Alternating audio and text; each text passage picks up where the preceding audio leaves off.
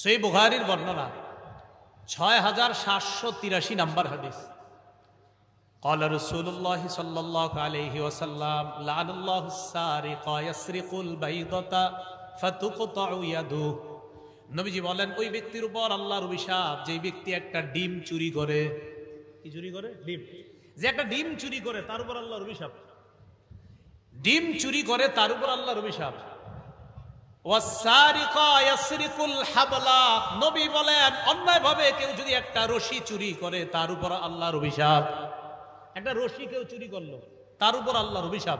এখন বলেন তো ডিম চুরির চোরের উপর যদি আল্লাহর অভিশাপ হয়, কি চোর?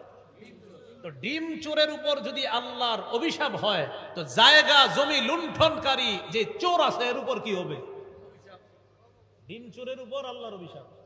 বড় ভয়ঙ্কর পর্যায়ে যে চোর আছে এদের উপর কি অবস্থা হবে? আল্লাহ হেফাজত করে। আবু দাউদ শরীফের বর্ণনা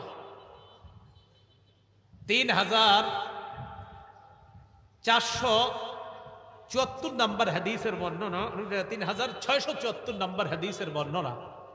এই হাদিসের মধ্যে আছে ক্বালা রাসূলুল্লাহ সাল্লাল্লাহু আলাইহি ওয়াসাল্লাম লানাল্লাহুল খামরা ওয়া শারিবাহা ওয়া সাকিয়াহা। মদের উপর আল্লাহর অভিশাপ, মদ পানকারীর উপর আল্লাহর অভিশাপ। ওয়া সাকিয়াহা, মদ পরিবেশনকারীর উপর আল্লাহর অভিশাপ। অনেকে প্রশ্ন করে, হুজুর আমি মদ খাই না, তবে মদের দোকানে চাকরি করি, মদ পরিবেশন করি। রাসূল বলছেন মদ পরিবেশনকারীর উপর আল্লাহর অভিশাপ। ওয়া বাইআহা ওয়া মুবতাআহা, মদ বিক্রেতার উপর আল্লাহর অভিশাপ। আপনি এমন দোকানে চাকরি করেন যেখানে মদ বিক্রি হয় কিন্তু আপনি মদ খান না, কিন্তু আপনি যে মদ বিক্রি করছেন আপনার উপর আল্লাহর অভিশাপ। ওয়া মুবতাআহা, মদ যে ক্রয় করে তার উপর আল্লাহর অভিশাপ। বসের জন্য মদ কিনতে গেছেন, আপনি যে মদ কিনলেন আপনার উপর আল্লাহর অভিশাপ, হারাম জিনিস কিনলেন না।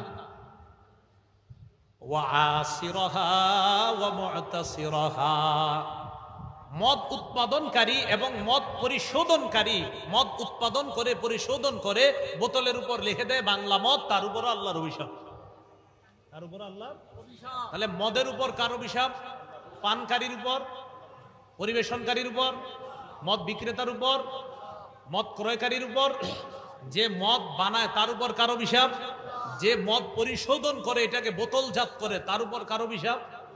এবার কি বলে দেখেন, ওয়া হামিলাহা ওয়াল মাহমুলা ইলাইহি, মদ যে বহন করে নিয়ে যায়, সেলসম্যান। হুজুর আমি সেলসম্যান গিরি করি, কিন্তু আপনি মদ বহন করেন, নিজে খানো না, বেচেনো না, কিনেনো না, সেলসম্যান গিরি করেন, মদ বহন করে নিয়ে যান, তার উপর আল্লাহর অভিশাপ।